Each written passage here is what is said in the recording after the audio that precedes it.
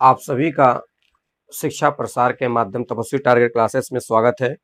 आज हम फिर क्लास 10th का मनोहरे प्रकाशन से डॉक्टर मनोहरे का बुक कक्षा 10 प्रश्नावली 1 का क्वेश्चन नंबर 8 हम लेकर आए हैं। 7 तक हम लोगों ने सॉल्व कर लिया है। एक एक क्वेश्चन हम लोग सॉल्व कर रहे हैं और बहुत ही बेहतरीन तरीका से। तो आज हम प्रश्नावली 1 का डॉक्टर मनोहरे के बुक कक्षा 10 के बुक से क्वेश्चन नंबर 8 नंबर क्वेश्चंस को आज हम लोग सॉल्व करेंगे और आगे के भी क्वेश्चंस को सॉल्व करेंगे। तो प्रश्नावली 1 का ए देखने वाले हम लोग हैं। प्रश्नावली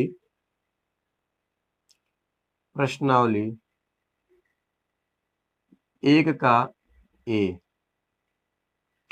प्रश्नावली 1 का ए हम लोग देखेंगे।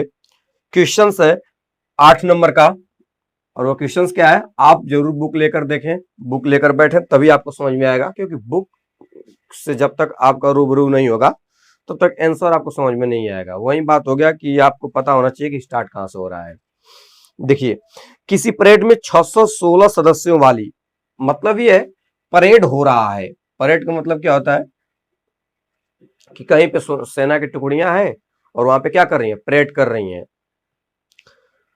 तो 616 सदस्यों वाली एक सेना की टुकड़ी को 32 सदस्यों वाली एक आर्मी बैंड के पीछे मार्च करना है। दोनों समूहों को समान संख्या वाले स्तंभों में मार्च करना है। ठीक है, उन स्तंभों की अधिकतम संख्या क्या है जिसमें वो मार्च कर सकते हैं। मैं बताता हूं इस क्वेश्चन का मतलब क्या है। इस क्वेश्चन का मतलब ये है, ये बोल रहे हैं कि 616 सेना की एक टुकड़ी अलग है और 32 सेना की एक टुकड़ी अलग है। अब क्या करना है कि 32 सेना की टुकड़ी के पीछे इस 616 सेना की टुकड़ियों को दौड़ाना है, ठीक, मार्च कराना है। तो कह रहा है कि स्तंभ, स्तंभ का मतलब लाइन समझ लीजिए, आप ये समझ सकते हैं लाइन, कितना लाइन बन सकता है। तो ये पूछ रहा है कि बताओ कि अधिकतम कितना लाइन बनाया जा सकता है जिसमें 616 और 32 मिलाकर के टोटल सेना उतने ही लाइन में आ जाए और प्रत्येक लाइन में जो सेनाओं की संख्या हो वो बराबर होना चाहिए। एकदम आसान है, ध्यान सुनिएगा क्या कह रहा है कि मान लीजिए 616 सेना एक टुकड़ी में है। आप मान लीजिए कि यहाँ पे कोई 616 सैनिक है, यहाँ पे 32 सैनिक है। अब हमको क्या करना है, इस 32 सैनिक के पीछे 616 सैनिक को दौड़ाना है, मार्च कराना है। अगर पीछे मार्च कराना है और ये भी कर रहा है कि स्तंभ बनाना है, स्तंभ को मतलब लाइन, आप समझ लीजिए, बस एक बात समझ लीजिए, लाइन बनाना है। और बताइए कि अधिकतम कितना एक लाइन में, अधिकतम लाइनों की संख्या क्या होगी जो कि प्रत्येक लाइन में बराबर बराबर सैनिकों को रखना है, बराबर बराबर जवानों को क्या करना है, लाइन लगवाना है। अगर आप सोचिए कि 616 आपके पास सैनिक ये हैं, 32 जवान ये मिलकर लाइन बनाएंगे तो 6 2 8, 3 1 4 6, आपके पास टोटल 648 जवान है। कितने जवान है, 648 जवान। इस 648 जवान को पूछ रहा है बताइए कितने लाइन बन सकता है, कितने लाइन हम यहाँ पे बना सकते हैं अधिकतम जिसमें 648 जवान आ जाए और हर मतलब हर लाइन में जो जवानों की संख्या होनी चाहिए वो बराबर होनी चाहिए। हर लाइन में सैनिकों की संख्या क्या होनी चाहिए, बराबर। तो जब हर लाइन में जवानों की संख्या बराबर होगी तो ये तो कॉन्स्टेंट हो गया, नियत हो गया कि बराबर रहेगी।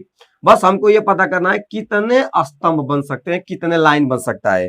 तो देखो, जब भी अधिकतम की बात करता है तो एचसीएफ निकाला जाता है और न्यूनतम की बात करता है तो एलसीएम निकाला जाता है। तो यहाँ पे अधिकतम की बात कर रहा है। आप सुने होंगे कि यदि दो बाल्टी में कुछ 48 लीटर दूध है, किसी में 32 लीटर दूध है, तो आपसे पूछता है कि बताइए इन दोनों दूध को समान एकदम बराबर बराबर नाप के लिए या पूर्ण रूप से नापने के लिए अधिकतम नाप वाला या अधिकतम मात्रा वाला बर्तन कितने लीटर का होगा। तो उसके लिए क्या निकालते थे, एचसीएफ निकालते हैं। यहां भी हमको क्या करना है, एचसीएफ निकाल लेना है। तो लगाना कैसे है, सबसे पहले मैं लिखूंगा कि दिया है, क्या लिखना है आपको, दिया है। सबसे पहले आप लिख लीजिए कि क्या दिया है, दिया है पहले टुकड़ी में सैनिकों की संख्या, पहले टुकड़ी में, पहले टुकड़ी में जवानों की संख्या, जवानों की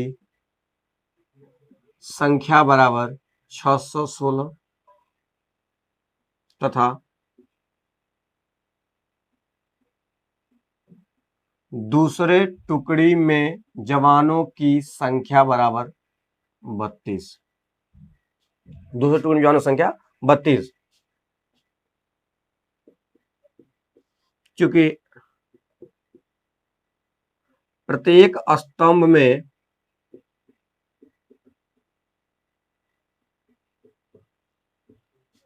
जवानों की संख्या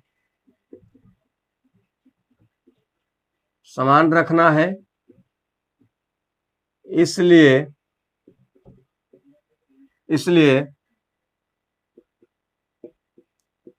अधिकतम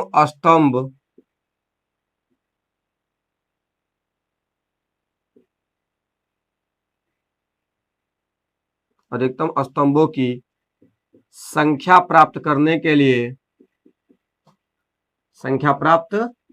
के लिए जब भी अधिकतम की बात आती है तो मौसा निकालना होता है। करने के लिए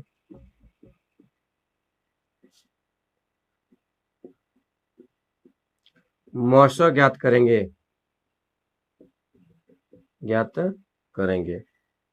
तब यहां 616 बड़ा है किससे? 32 से। भाई मौसा निकालना है भाग विधि से, तो आप बताएंगे ना कौन संख्या बड़ी है कौन छोटी है। बस अब आराम से 32 का 616 में क्या कर दीजिए? भाग कर दीजिए। निकालिए। तो 32 से कम 32, यहाँ पे 9 हो जाएगा और यहाँ पे 2 हो जाएगा और यहाँ पे 6 उतार लेंगे। अब यहाँ पे हम लोग करेंगे 9 बार में। 9 दूना 18, 9 3 27, 1 28, 16 से 8 जाएगा तो 8, ये खत्म। अब 8 हो गया। अब भाग नहीं जाएगा। जब भाग नहीं जाता है तो जो शेषफल बचता है उसे ही भाजक बनाएंगे और जो जिसमें भाग दे रहे थे वो हो जाएगा भाज्य। 32 को यहाँ उतारेंगे। 8 चौको 32। भाग विधि से मौसा निकालना आप जानते होंगे। बताओ मौसा क्या आया? मौसा आया 8। मौसा क्या मिला? 8 मिला है। तो कहेंगे अतः अधिकतम स्तंभों की संख्या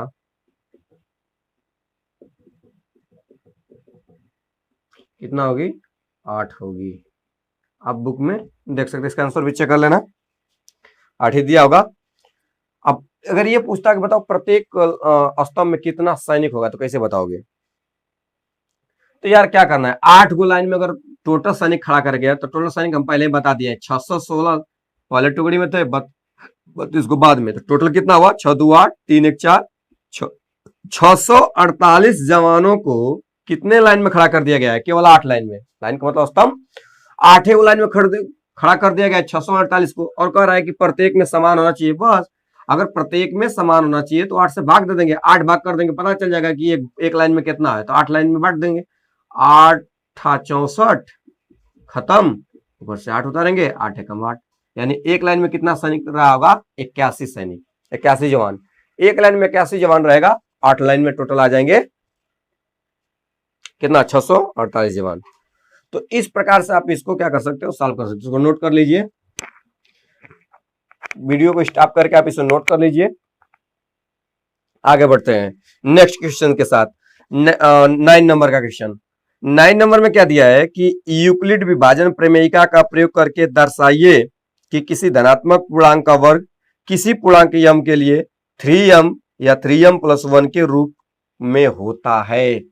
ऐसे क्वेश्चंस को मैंने, अब देखिए 7 नंबर का जो क्वेश्चन था इसके लिए मैंने एक पार्टिकुलर केवल 1 वीडियो में मैंने समझाया कि ताकि आपके दिमाग में वो बात आ जाए। अगर आप बेहतरीन तरह से समझना चाहते हैं कि एकदम बेहतर रूप से समझ जाए कि ये वास्तविकता है क्या इसमें, तो आप 7 नंबर क्वेश्चंस को इससे पहले के वीडियो को जरूर देखें, क्योंकि वह एक ही वीडियो में केवल वो एक सवाल को बहुत ही विशेष तरह से बताया गया है ताकि आपको समझ में आए। एक छोटा बच्चा भी से उस चीज कंसेप्ट को साथ समझ सकता है, कक्षा 6-7 स्टैंडर्ड के बच्चे भी। मैंने उस तरह से इसे समझाने का प्रयास। देखेंगे यूक्लिड विभाजन प्रमेयिका का प्रयोग करके, मतलब यूक्लिड विभाजन प्रमेयिका का प्रयोग करना है। प्रयोग करके दिखाइए कि किसी धनात्मक पूर्णांक का घन किसी धनात्मक पूर्णांक का घन 9m किसी धनात्मक पूर्णांक का वर्ग किसी पूर्णांक m के लिए 3m या 3m+1 के रूप का होता है। मतलब कुल मिलाकर यहाँ पे ये बताना है कि यदि आपके पास कोई धनात्मक पूर्णांक है, धनात्मक पूर्णांक का मतलब प्राकृतिक संख्या, धनात्मक पूर्णांक मतलब प्राकृतिक पूर्णांक 3 प्रकार के होते हैं, एक ऋण पूर्णांक, शून्य पूर्णांक, धनात्मक पूर्णांक। धनात्मक पूर्णांक को प्राकृतिक संख्या कहा जाता है जो कि 1 से स्टार्ट होती है और अनंत तक जाती है। ठीक है, अब कह रहा है कि कोई भी प्राकृतिक संख्या यदि आप लेते हैं तो आप ये सिद्ध करिए कि उसका अगर वर्ग कर दिया जाए तो वह 3 का गुणज होगा या तो 3 के गुणज से 1 अधिक होगा। ठीक है, आगे भी हो सकता है 3 के गुणज से 2 अधिक होगा, लेकिन आपको दो ही कैटेगरी, दो ही टाइप पे दिखाना है तो आप दो ही टाइप पे दिखा सकते हो। कह रहा है कि आप बताइए कि किसी धनात्मक पूर्णांक का जो वर्ग होगा, किसी धनात्मक पूर्णांक मतलब कोनो प्राकृतिक संख्या का वर्ग कर जाए तो आपको ये दिखाना है कि क्या वो 3 का गुणज से 1 अधिक है उस नंबर के बराबर या 3 का गुणज के बराबर है। कहने का मतलब यह है किसी नंबर में यदि आप 3 का भाग देंगे तो शेषफल या तो उसका 1 आएगा या तो शेषफल 0 आएगा। ये बताना है वर्ग वाली संख्या को। तो चलिए हम लोग स्टार्ट करते हैं, इसको कैसे दिखाएंगे। मैंने इससे पहले का क्वेश्चन 7 नंबर का क्वेश्चन था, उसको बहुत ही बेहतर ढंग से मैंने प्रदर्शित किया था, आप उसे देख सकते हो। उस देखने के बाद एक आपके अंदर एक अलग ही विचार, एक अलग ही आशा पैदा होगी जिससे आप उसको समझ सकते हो बेहतरीन ढंग से। तो चलिए इस क्वेश्चन को भी मैं बेहतर ढंग से समझाने का प्रयास करता हूँ कि यह मतलब क्या होता है। यूक्लिड विभाजन प्रमेयिका क्या है, पहले आप फिर से उसे समझिए। यूक्लिड विभाजन प्रमेयिका का मतलब यही है कि यदि आपके पास एक नंबर है, उसे किसी नंबर से अगर विभाजित किया जाता है तो आप उस नंबर्स को जिससे विभाजित कर रहे हो उस नंबर के भागफल और शेषफल के आधार पर संख्या को प्रदर्शित कर सकते हो। मतलब समझाता हूं सीधा, जैसे मान लीजिए कि मेरे पास कोई नंबर से मैं कोई भी प्राकृतिक संख्या ले लेता हूं, चलो मैं 29 ले लिया। अब इस 29 को मैं किसी भी नंबर से डिवाइड करके, किसी भी नंबर से डिवाइड करके, मेरा मन करता है मैं 7 से डिवाइड कर सकता हूं। अगर मैं 29 को 7 से डिवाइड करूंगा तो 7 4 जा क्या होगा 28 और +1 मतलब 7 चौका 28 1 29 हो जाएगा। अब यहाँ 29 में अगर मैं 7 से भाग दूंगा तो 7 से भाग दूंगा तो 4 बार जाएगा और शेषफल कितना आ जाएगा 1 आ जाएगा। तो वही मतलब वहां भी था कि अगर ए में मैं बी से भाग दूंगा तो कोई ना कोई भागफल आएगा। अगर मेरा ए है और ये बी है और भागफल मेरा क्यू है और रिमाइंडर क्या आ गया आर आ गया, तो ए बराबर बी क्यू प्लस आर होता है। मतलब भाज्य बराबर भाजक गुणे भागफल प्लस शेषफल। ये भाज्य है कटने वाला, ये भाजक है काटने वाला, ये भाज्य कटने वाला, ये भाजक काटने वाला, ये भाग देने के बाद जो प्राप्त होता है भागफल और जो बच जाता है वह शेषफल होता है। यही तो बताया गया था, यही बताया था ना यूक्लिड ने। उन्होंने कहा था कि यहाँ पे कि जो आर होता है उसका एक बाउंडेशन होता है। आर जो होगा या तो वह 0 के बराबर हो सकता है या 0 से बड़ा होगा, किंतु सदैव बी से क्या होगा छोटा होगा। जिस नंबर से भाग देंगे उससे छोटा ही होगा। आप देखे होंगे कोई भी भाग देते समय आप जिस नंबर से भाग देंगे शेषफल उससे छोटा ही आएगा, बराबर आएगा तो पूरा पूरा कट ही जाएगा ना। तो शेषफल 0 कब आएगा जब संख्या पूरा पूरा कट जाएगा। अगर मान लीजिए कि संख्या में भाग दे रहा हूं जैसे 5 का 25 में, तो 5 से 25 में देगा तो पूरा पूरा क्या हो जाएगा कट जाएगा, शेषफल क्या आएगा 0 आएगा। तो 0 के बराबर भी हो सकता है। अब आते हैं हम लोग अपने सवाल पे। अब सवाल में यहाँ पे है भैया कि आप दिखा दीजिए किसी पूर्णांक का, किसी धनात्मक पूर्णांक का अगर वर्ग किया जाए तो वह 3m या 3m+1 के रूप में होगा, जहां पे m कोई पूर्णांक है। अब m की जगह पे कुछ भी पूर्णांक हो, लेकिन आपको ये दिखाना है कि उसमें 3 का मल्टीपल या 3 का गुणज, 3 का गुणांक क्या उसमें छिपा है। तो चलिए क्वेश्चन पे आते हैं। यह है क्वेश्चन नंबर 9। क्वेश्चन नंबर 9 है, मैं मान लेता हूं, अब कह रहा है किसी धनात्मक पूर्णांक के लिए, तो मैं मान लेता हूं कि माना कोई धनात्मक पूर्णांक ए है। माना धनात्मक पूर्णांक क्या है ए है। माना धनात्मक पूर्णांक, धनात्मक पूर्णांक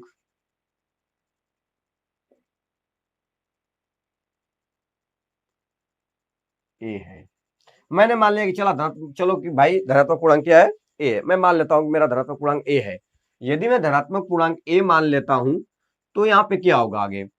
अब देखिए जैसे धनात्मक पूर्णांक मैंने ए मान लिया, तो अब आपको यहाँ पे ये सजेशन करना है कि मैं किस संख्या से डिवाइड करूं। भाई मैं किस संख्या से डिवाइड करूं इसको, तो इसको डिवाइड करने के लिए आप किस संख्या से डिवाइड करोगे ये संख्या ही बता देता है कि आपको किससे डिवाइड करना है। तो यहाँ पे देखिए 3m या 3m+1 के रूप में करना है तो आप 3 से ही डिवाइड कर दीजिए। किसी भी नंबर को किसी भी नंबर से आप डिवाइड कर सकते हो, क्योंकि भाज्य बराबर भाजक गुणे भागफल प्लस शेषफल, ये कभी गलत नहीं हो सकता है। जैसे कोई भी नंबर, जैसे आपने कहा ना कि आप 29 लिए थे, मैं 7 से डिवाइड ना करके मैं 10 से डिवाइड कर सकता हूँ, 20 से डिवाइड कर सकता हूँ, जिससे चाहूं उससे डिवाइड कर सकता हूं। लेकिन मैं उसे ये इस सूत्र में इसको हमेशा लिख सकता हूं कि भाज्य बराबर जो होता है वह भाजक गुणे भागफल प्लस शेषफल। मैं अब इस सूत्र का प्रयोग करके किसी रूप में इसको लिख सकता हूं। मैं 29 को 7 से भाग दे करके मैं ये भी लिख सकता हूँ 7 गुणे 4 प्लस 1, या मैं इसी 29 को 7 से न दे करके मेरा मन करेगा तो मैं 8 से दे दूंगा, तो 8 तरीके 24 प्लस 5 हो जाएगा। तो देखो इस 29 को मैं इस तरह से भी लिख सकता हूँ, इस 29 को इस तरह से भी लिख सकता हूँ। चलो मेरा मन कर रहा है मैं इस 29 को 3 के गुणज के रूप में लिखूं, तो 3 गुणे यहाँ पे 3 7 3 9 27 प्लस 2 लिख सकता हूं। तो देखिए इस 29 को मैं 3 के गुणज के रूप में लिख दिया, प्लस 2 आ गया। तो यहाँ पे 9 मेरा कोई ना कोई पूर्णांक आएगा कि नहीं आएगा। वो आ भी कह रहा है कि ए बराबर आप दिखाइए कि ए का स्क्वायर अगर किया जाए तो वहां पे या तो 3m आए या ए स्क्वायर किया जाए तो 3m प्लस 1 आ सकता है। आप ये दिखाइए हमको कैसे होगा। तो भैया चलो हम आपको दिखाते हैं, समझाते हैं। देखिए कैसे लगेगा। अब आपने कहा कि यहाँ पे किसी भी संख्या को, सर हम किसी भी संख्या से भाग दे करके हमको संख्या के बराबर भाज्य बराबर भाजक गुणे भागफल शेषफल का सूत्र करके प्रयोग करके उसका हम उस रूप में दर्शा सकते हैं। देखिए आप जैसे यहाँ पे धनात्मक पूर्णांक आपने लिया कि माना धनात्मक पूर्णांक ए है, तो यहाँ पे अब आप क्या करेंगे, कहेंगे ए में 3 से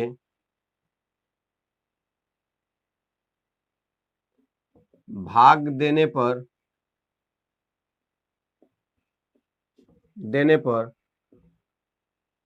भागफल क्यों पूर्णांक प्राप्त होता है, क्यों प्राप्त होता है।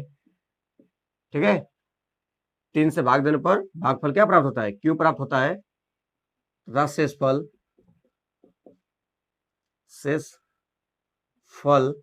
तथा शेषफल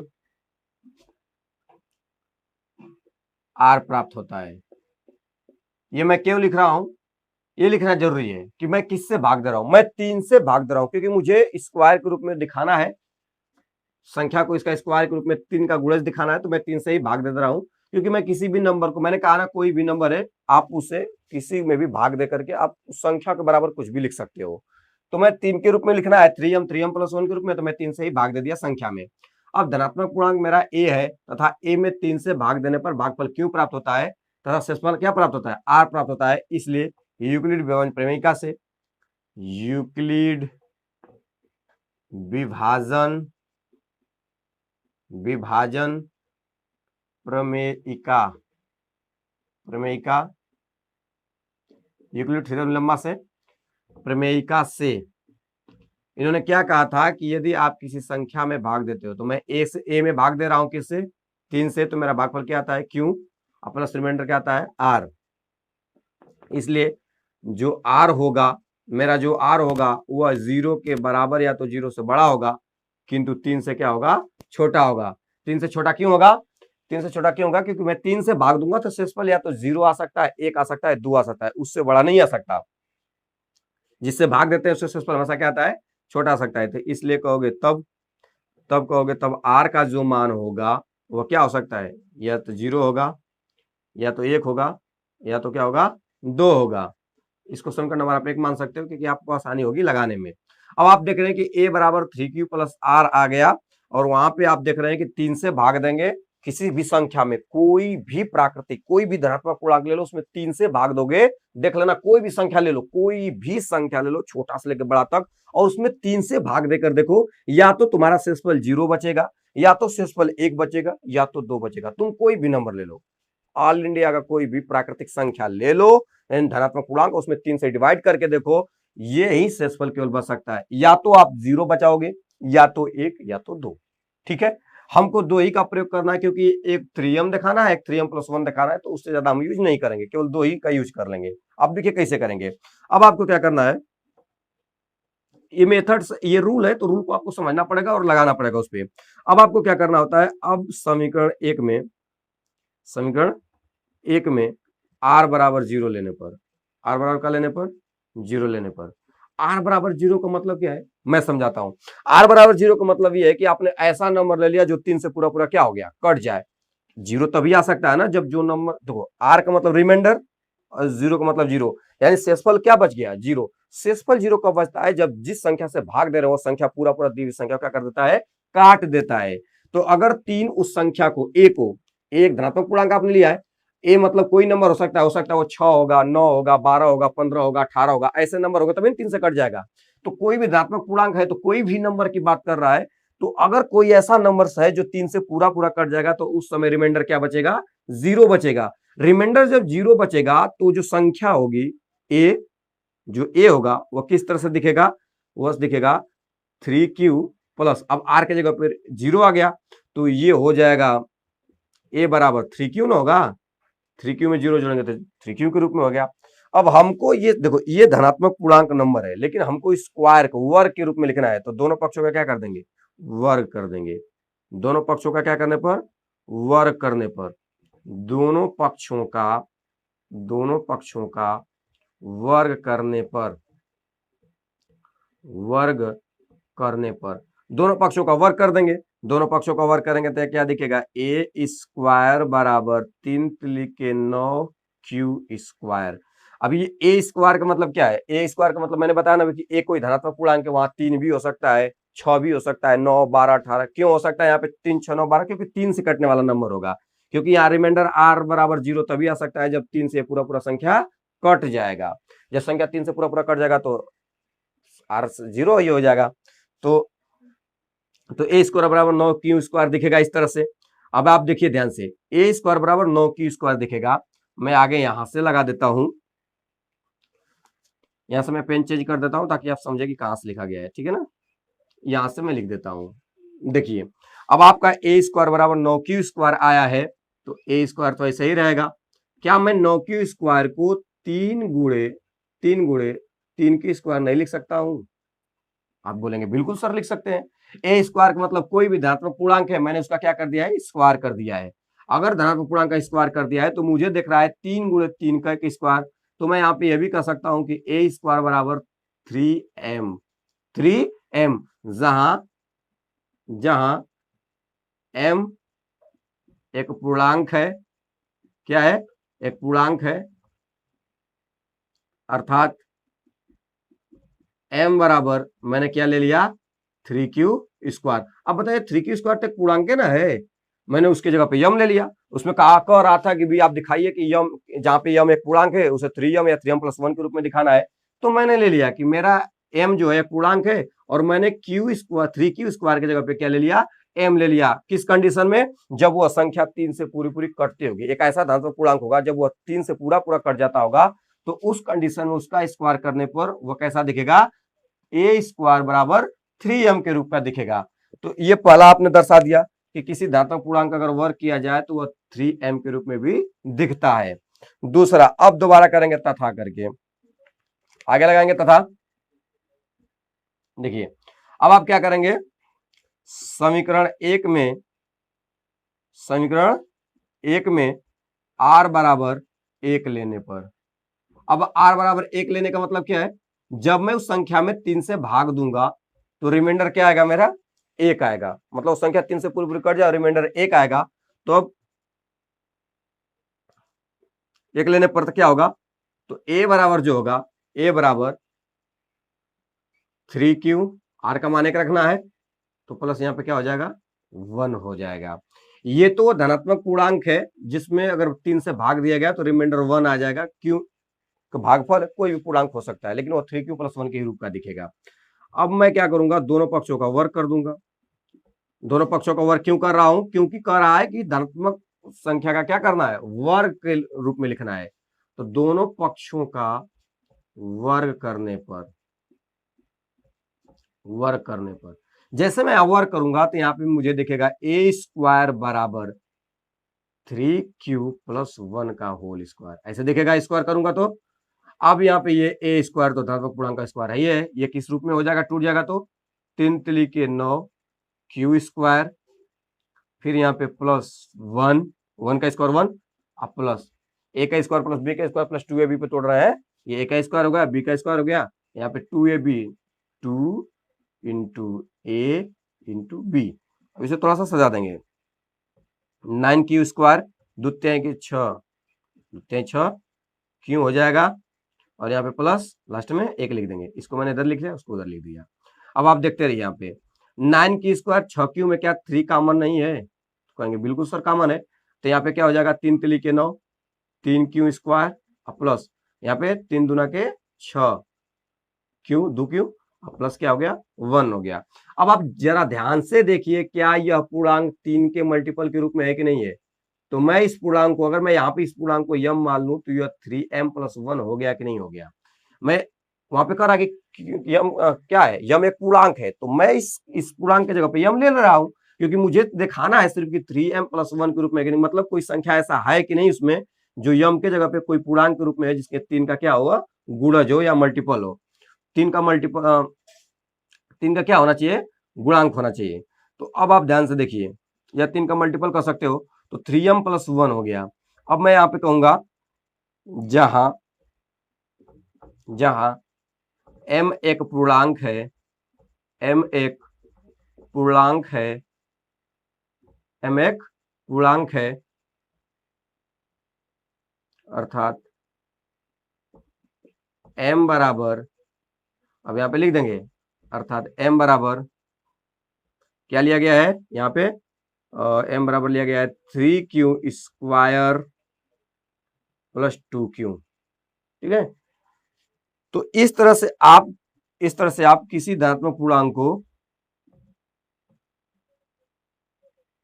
कवर करके आप दिखा सकते हो। किसी धनात्मक पूर्णांक का अगर वर्ग किया जाए तो वह 3m या 3m+1 के रूप में भी ये हो सकता है। तो इस रूप में आप प्रदर्शित कर सकते हैं। तो यहाँ पे आप देखें कि ये इस रूप में मैंने लिख दिया। अब लास्ट में लिख देंगे कि अतः, लास्ट का अंतिम आंसर, अतः उपर्युक्त मान से या उपर्युक्त से स्पष्ट है कि स्पष्ट है कि किसी धनात्मक पूर्णांक, किसी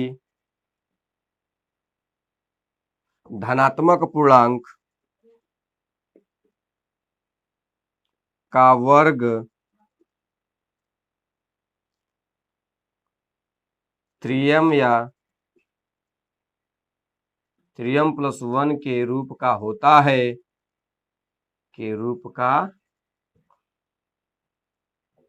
होता है, जहां m एक पूर्णांक है। उसी प्रश्नवा को मैंने लिख दिया। ठीक है, जहां m एक क्या है, पूर्णांक है। तो इस तरह से आप इसको बेहतर ढंग से शेषफल प्राप्त करके उस समीकरण में रख के दिखा सकते हो। 3 कॉमन करके यम की जगह पे कोई पूर्णांक जो भी बचेगा उसको पूर्णांक मान लेंगे, यम का मान मान लेंगे। ये देखिए, ये संख्या अलग है, ये संख्या अलग है, इसलिए 2 कंडीशन है। इसीलिए यह लगाया ना कि कोई संख्या या तो 3m के रूप में होगा या तो 3m+1 के रूप में होगा। इसीलिए यहाँ पे यम का मान भी अलग अलग होगा, क्योंकि संख्या अलग होगा तो पूर्णांक का भी मान अलग होगा। समझ में आ रहा है ना? क्योंकि 3 से भाग देंगे तो इसमें शेषफल कुछ और आ रहा है, तो संख्या भी तो कुछ और होगी। यहाँ पे 3 से भाग देने से शेषफल 1 आ रहा है, तो संख्या भी कुछ अलग होगी। वो संख्या क्या क्या हो सकती है जिसमें शेषफल 1 आ जाए? तो संख्या क्या हो सकती है, बताओ, सोचो। तो संख्या क्या हो सकती है, 1 हो सकती है। संख्या क्या हो जाएगी, स्वयं 1 हो जाएगी, या वह 4 हो सकती है, 7 हो सकती है, 13 हो सकती है। इस तरह की संख्या जिसमें भागदे शेषफल क्या आ जाए, 1 आ जाए। तो आप इसे एकदम वीडियो को स्टॉप करके आप उसको उतार लीजिए बेहतर ढंग से, और लास्ट में इसको लिख लीजिए कि अतः उपयुक्त से स्पष्ट है कि किसी धनात्मक पूर्णांक का वर्ग जो होता है 3m या 3m+1 के रूप का होता है, जहां m एक पूर्णांक है। ये फाइनल आंसर है।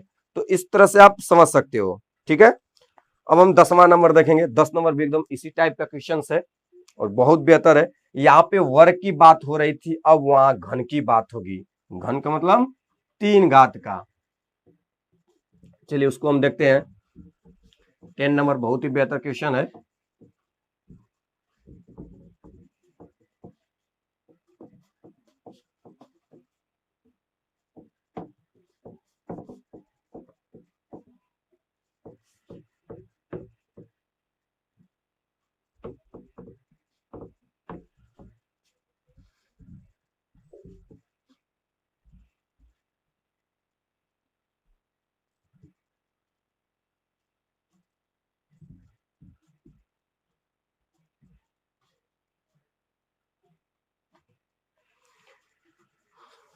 चलिए हम लोग देखते हैं 10 नंबर। यूक्लिड विभाजन प्रमेयिका का प्रयोग करके दिखाइए किसी धनात्मक पूर्णांक का घन। फिर वही बात एकदम सेम टू सेम है, जैसे वहां वर्क कर रहे थे यहाँ पे घन करके आपको ये दिखाना है कि वो जो संख्या होगी वह 9m 9m+1 या 9m+8 का 8 के रूप का होता है। तो ये 3 कंडीशंस दिखाना है कि 9m हो सकता है, 9m+1 हो सकता है, 9m+8 हो सकता है। तो चलिए हम इसको देखते हैं 10 नंबर का। 10 नंबर का सवाल, तो यहाँ पे आप देख लीजिए, देखिए घन की बात कर रहा है, तो घन की बात जब करता है तो आप आराम से लगा सकते हो। घन करके लगाना है तो मैं मान लेता हूं, माना माना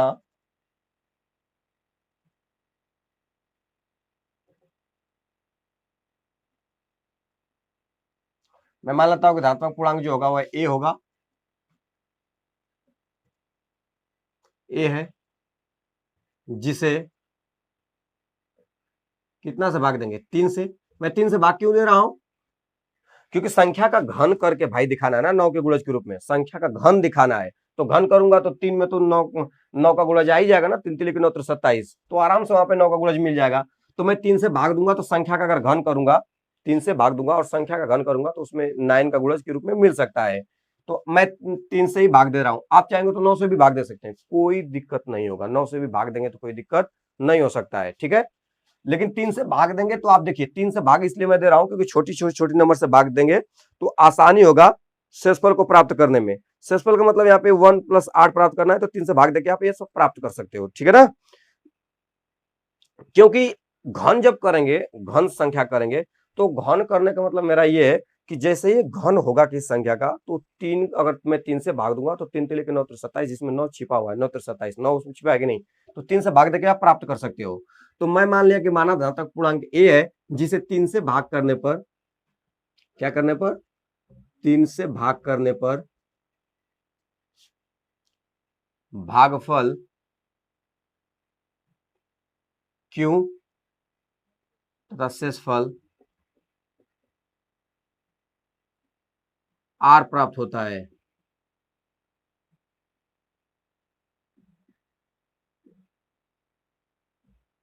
ठीक है, माना धनात्मक पूर्णांक ए है जिसे 3 से भाग करने पर भागफल क्यों तथा शेषफल आर प्राप्त होता है, इसलिए यूक्लिड विभाजन प्रमेयिका से,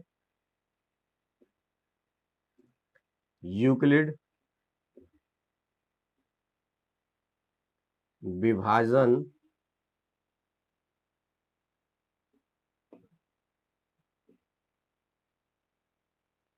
प्रमेयिका से, ठीक है। अब आराम से हम यहाँ पे हल करेंगे। यूक्लिड विभाजन प्रमेय क्या कहता है, किसी नंबर में किसी नंबर से भाग दोगे तो भाज्य बराबर भाजक गुणे भागफल शेषफल के बराबर होता है, जहां रिमाइंडर का सीमा है। देखिए, तो प्रमेयिका से, इसलिए यूक्लिड विभाजन प्रमेयिका से ए बराबर मुझे मिलेगा 3q+r, जहां r जो होगा या तो वह 0 के बराबर हो जाएगा या तो 0 से बड़ा, किंतु 3 से क्या होगा, छोटा होगा। तब r का मान क्या मिलेगा, तब r बराबर मुझे मिलेगा या तो 0 मिलेगा या तो 1 मिलेगा या तो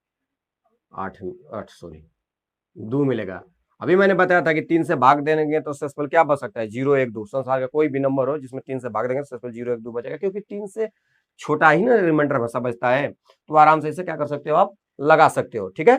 तो चलिए आगे सॉल्व करते हैं। ये हो जाएगा आपका समीकरण नंबर 1। इसी से की सहायता से आप शेषफल को रख के आप सारा मान प्राप्त कर सकते हो।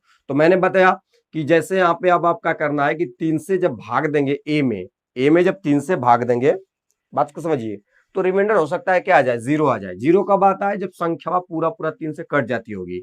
तो यहाँ पे कहेंगे समीकरण 1 में, समीकरण 1 में r बराबर 0 रखने पर या 0 लेने पर, 0 मैं क्यों ले रहा हूं, क्योंकि हो सकता है वो संख्या 3 से पूरा जब कट जाए तो शेषफल क्या आएगा, 0 आएगा। तो 3 संभावना होगी ना। तो यहाँ पे क्या करेंगे, जैसे 0 लेंगे तो यहाँ a बराबर मुझे क्या मिलेगा, यहाँ पे मिलेगा 3q+ रिमाइंडर का मान 1। क्यू का मतलब भागफल कुछ भी हो, रिमाइंडर क्या बच रहा हो, जीरो बच रहा हो, रिमाइंडर क्या बच रहा हो, जीरो। तो आर की जगह क्या ले लेंगे, जीरो ले लेंगे, 3q प्लस जीरो। जैसे 3q प्लस जीरो लेंगे तो या करके यहाँ पे आपको ए का मान क्या मिला, तो आप कहेंगे सर 3q मिला। क्या मिला, 3q। और इसमें साफ साफ लिखा है यहाँ पे कि किसी धनात्मक पूर्णांक, किसी धनात्मक घन पूर्णांक के लिए 9m प्लस 1 9 प्लस 8 के रूप का होता है। तो अब आप यहाँ पे क्या करोगे, तो a बराबर 3q मिल गया। जैसे a बराबर 3q मिला तो अब आपको करना है, घन करना है। क्यों कर रहा है, वो धनात्मक पूर्णांक का क्या होना चाहिए, घन। तो मैं इस धनात्मक पूर्णांक a जो माना हूं उसका घन करूंगा, और घन करने के बाद देखूंगा कि किस रूप में है। दोनों पक्षों का घन करने पर, घन का मतलब क्यूब, 3 घात करने पर। जैसे 3 घात करूंगा तो यहाँ पे आ जाएगा a पर 3 घात, तो यहाँ भी आएगा a पर 3 घात, तो 3q पर क्या हो दिखेगा, 3 घात। तो यहाँ पे अब नीचे मैं स्क्रॉल करते रहूंगा, 3 पर 3 घात का मतलब 3 3 के 9 3 27, क्यू पर यहाँ पे क्या हो जाएगा, 3 घात। अब देखिए इस ए क्यू को 9 के गुणज के रूप में दिखाना है, ये लिखो चाहे लिखो दोनों आपस में बराबर है, ठीक है, क्योंकि 3 से भाग दे के आप भागफल क्यों प्राप्त किए थे, और आप जानते हैं कि भाज्य बराबर होता है भाज्य गुणे भागफल प्लस शेषफल, तो रूल से तो ये सही है। अब आप देखिए, अब यहाँ पे आप इसको इस तरह भी लिख सकते हो, 9 गुणे 3q पर 3 घात लिख सकते हैं कि नहीं, 9 3 27। अब जैसे आपने देखा कि 27q पे 3 घात मतलब a पे 3 घात में 9 का गुणा छिपा हुआ है, 9 छिपा हुआ है, 9 हो जाएगा। और इस 3q पे 3 घात की जगह पे कोई पूर्णांक यम आप ले लेंगे, ले सकते हैं कि नहीं ले सकते हैं, यहाँ पे ये यम के रूप में पूर्णांक है। तो आप यहाँ पे क्या देखें कि a पर 3 घात जो है वह 9m के रूप में दिखता है। अगर किसी धनात्मक पूर्णांक का घन किया जाए तो वह 9m के रूप में देख सकते हैं। तो यहाँ पे आपको लिखना पड़ेगा,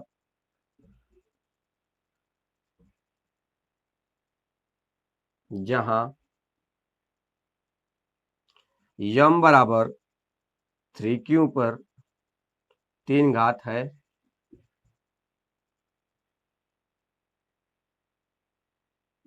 और यम एक पूर्णांक है, यम एक क्या है, पूर्णांक है, जिसकी वैल्यू क्या है, 3q पर 3 घात। तो आप समझ सकते हैं कि अगर 9 के रूप में कोई गुणज इसमें छिपा होगा, जितना भी होगा उसको क्या मान लेंगे, m मान लेंगे। तो हम देख रहे हैं कि वो संख्या 9m के रूप में है। 9m का मतलब सीधा कहने का मतलब है कि 9 और कोई पूर्णांक होगा, मतलब कुल मिलाकर 9 के गुणज के रूप में संख्या जो होगी वह 9 का ही गुणज होगी, जिसमें 9 छिपा होगा, ठीक है ना। और यह पूर्णांक की जगह पे कुछ भी हो सकता है, तो वह 9m के रूप में देख सकते हैं। अगला आप करेंगे समीकरण एक में r बराबर 1 लेने पर, r बराबर का लेने पर 1 लेने पर, जैसे r बराबर 1 लेंगे इसमें तो मुझे क्या दिखेगा भाई, r बराबर 1 लेंगे तो अब मुझे दिखेगा समीकरण a बराबर 3q प्लस 1, ये नहीं दिखेगा, रिमाइंडर की जगह पे 1 हो जाएगा। अब हमको क्या करना है, दोनों पक्षों का घन करना पड़ेगा, क्योंकि हमको घन के रूप में संख्या को दिखाना है। तो घन कर देंगे, दोनों पक्षों का घन करने पर, दोनों पक्षों का घन करने पर मेरा यह धनात्मक पूर्णांक है, जिसको मैं 3 से भाग दिया तो मेरा भागफल क्यू आया और रिमाइंडर 1 आया। मतलब ऐसी संख्या है जिसमें 3 से भाग देने पर रिमाइंडर क्या आ रहा है, 1 आ रहा है। भागफल कुछ भी है लेकिन रिमाइंडर क्या आएगा, 1 आ रहा है। तो उस कंडीशन में मुझे दिखाना है यहाँ पे। तो अब मैं क्या करूंगा, दोनों पक्षों घन करूंगा तो यहाँ पे a पर 3 घात हो जाएगा और यहाँ पे 3q प्लस 1 पर 3 घात हो जाएगा। अब ये a प्लस बी का होल क्यूब के जैसा हो गया, तो इसको तोड़ दीजिए। a का क्यूब करेंगे तो मिलेगा 3 3 के 9 27 मिलेगा, q पर 3 घात मिलेगा, प्लस प्लस क्या होता है भैया, प्लस यहाँ पे होगा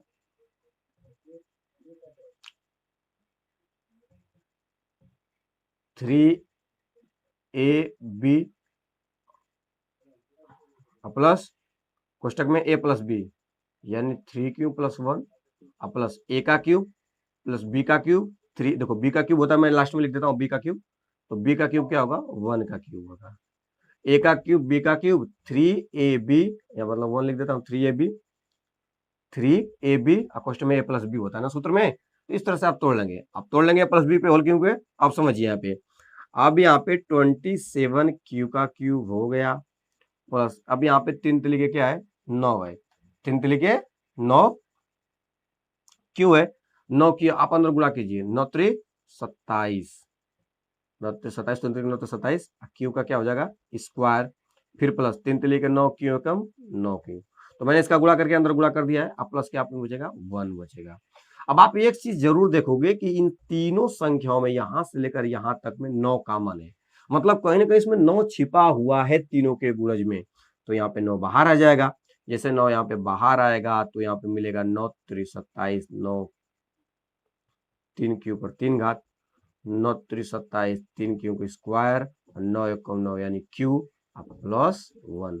तो क्या आपने देखा कि ये जो संख्या है वह 9 के गुणज के रूप में छिपी थी, तो अब 9 के गुणज के रूप में छिपी थी तो मैं उसके जगह पे कोई पूर्णांक यम मान लेता हूं, तो बचेगा क्या प्लस 1 होगा, तो इसके जगह पे मैंने यम ले लिया कोई संख्या जिसमें 9 का गुणज है और प्लस 1 है, तो आप यहां भी देख रहे हो कि जो ए का क्यूब है 9 एम प्लस 1 के रूप में दिखता है।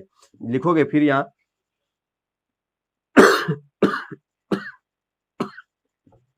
जहां यम एक पूर्णांक है, यम क्या है पूर्णांक है, और यम बराबर क्या लिया गया है 3 क्यू पर 3 घात plus 3 Q square plus Q के रूप में लिया गया है, कोई पूर्णांक हो, ठीक है, कोई भी संख्या हो वो पूर्णांक के रूप में यम लिया गया है, तो हम देख रहे हैं कि वो 9m प्लस 1 के रूप में भी संख्या दिख जाती है, जिसका घन के रूप में अगर किया जाए तो वह 9 तथा जो भी पूर्णांक होगा वो गुणज होगा 9 का, तो आपको दिखाना था इस टाइप से, तो आपने यह भी देख लिया। यहाँ पे दूसरा रूप, एक बार और क्या करना है समीकरण में मान रखना है, उसके बाद फाइनल आंसर लिख देना है, ठीक है, एक बार और, अभी आर बराबर क्या लेना है 2 लेना है, तो चलिए मैं इसको इरेज कर देता हूं उधर, आप वीडियो को स्टॉप करके उतार लीजिएगा, ठीक है, तो आगे बढ़ते हैं हम। अब मैं यहां से आगे बढ़ाता हूं मामला को, अब हम समीकरण एक में आर बराबर 2 लेने पर, अब हम आर बराबर 2 लेकर देखेंगे, तो 2 रखेंगे तो क्या मिलेगा, ए बराबर मिलेगा 3 क्यू प्लस आर का मतलब 2। अब हमको क्या करना है, दोनों पक्षों का घन करने पर, दोनों पक्षों का घन करने पर, दोनों पक्षों का घन कर दीजिए, जैसे घन करेंगे घन के रूप में लिखना है हमको, तो घन करेंगे तो ए पर क्यू घात हो जाएगा, यहाँ पे 3 क्यू प्लस 2 का होल क्यू हो जाएगा, तो अब यहाँ पे क्या होगा, ए का क्यूब मतलब 3 क्यू का क्यूब, फिर बी का क्यूब मतलब 2 का cube plus 3ab, 3a into B, ये ए माने हम इसको बी माने तो ए बी लिख दिया, क्वेश्चन में क्या होता है ए प्लस बी, 3 क्यू प्लस 2 हो जाएगा। अब आराम से आप यहाँ पे 3 तिली के 9 त्रि 27 क्यू पर 3 घात, पहले इसको लिखिए 3 तिली के 9 2 18 तिया 57, 18 तिया 54, 54 क्यू का स्क्वायर हो जाएगा, 3 तिली के 9 2 18 दुना के 36 क्यू हो जाएगा, लास्ट में 2 दुना के 4 दुना के 8 को लास्ट में लिख देंगे। अब देखिए यहाँ पे ये भी इसको एक साइड करने का मतलब इसमें कुछ ना कुछ कॉमन है, क्या कॉमन है 9 कॉमन है, सब में 9 कॉमन है, तो यहाँ पे क्या करूंगा 9 त्रि 27, 3 क्यू घात प्लस 9 छक 54, 6 क्यू का क्यू, 9 चौको 36, 4 क्यू प्लस क्या बच गया 8। अब आप देख रहे होगे कि ये जो संख्या थी वो 9 के गुणज के रूप में विद्यमान थी, तो यहाँ पे 9, इस संख्या के जगह पे मैं कोई नंबर m ले लूंगा जो कि पूर्णांक के रूप में होगा, 9m प्लस में 8 लिख सकता हूं, और मैं दिखाऊंगा कि जहां यम एक क्या है पूर्णांक है, यम एक पूर्णांक है तथा m बराबर क्या है 3 क्यू पर 3 घात, ये m का मान दिखा देंगे 6 क्यू पर 3 घात प्लस 4 क्यू है, ठीक है 4 क्यू है। अब आप लास्ट में फाइनल अपना आंसर लिखेंगे, फाइनल आंसर हम लास्ट में लिख देंगे, आप लोग क्या लिखेंगे, अतः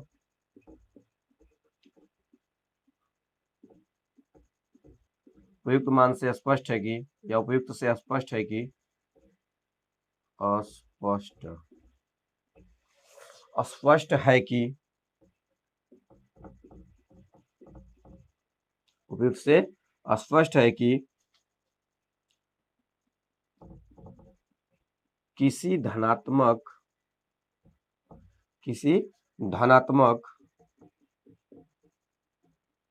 पूर्णांक का घन 9m+1